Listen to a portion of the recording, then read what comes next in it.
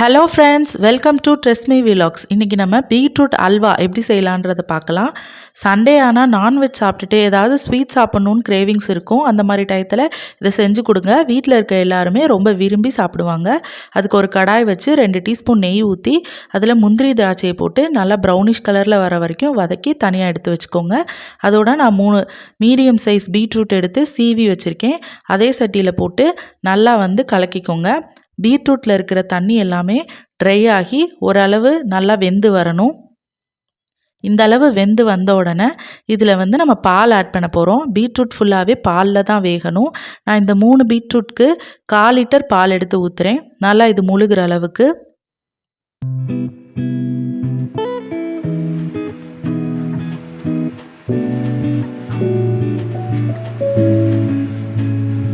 நல்லா பீட்ரூட் நல்லா வேகணும். ஒரு 15 மினிட்ஸ் நல்லா இது மாதிரி வேக விடணும். பால் நல்லா ட்ரை ஆகிற வரைக்கும் நல்லா இது அப்போ தான் அந்த அல்வா கன்சிஸ்டன்சிக்கு வரும். இந்த ஸ்டேஜில் நம்ம கொஞ்சமாக நெய் விட்டு அப்படியே கிளறிக்கலாம்.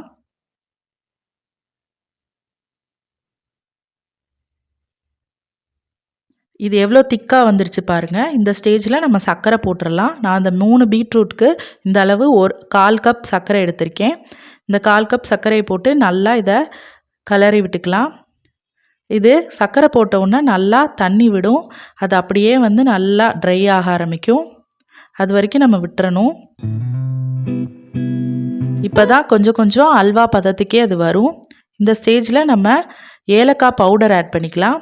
இந்த அளவுக்கு நல்லா வந்தோடனே முந்திரி திராட்சையை போட்டு நல்லா வதக்கிக்கலாம். கடைசியாக கொஞ்சமாக நெய் விட்டு நம்ம நல்லா வதக்கி இறக்கிற வேண்டியதான். ரொம்ப டேஸ்ட்டாக இருக்கும். கண்டிப்பாக ட்ரை பண்ணி பாருங்கள். பீட்ரூட் சாப்பிட மாட்டேன் அப்படின்னு சொல்கிற குழந்தைங்க கூட இது மாதிரி செஞ்சு கொடுத்தீங்கன்னா ரொம்ப விரும்பி சாப்பிடுவாங்க.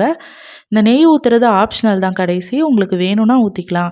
இல்லை எனக்கு போதும் இந்த கன்சிஸ்டன்சின்னு நினச்சிங்கன்னா அப்படியே நீங்கள் சர்வ் பண்ணலாம். ரொம்ப நல்லாயிருக்கும். சண்டே இது மாதிரி ட்ரை பண்ணி பாருங்கள். தேங்க்யூ.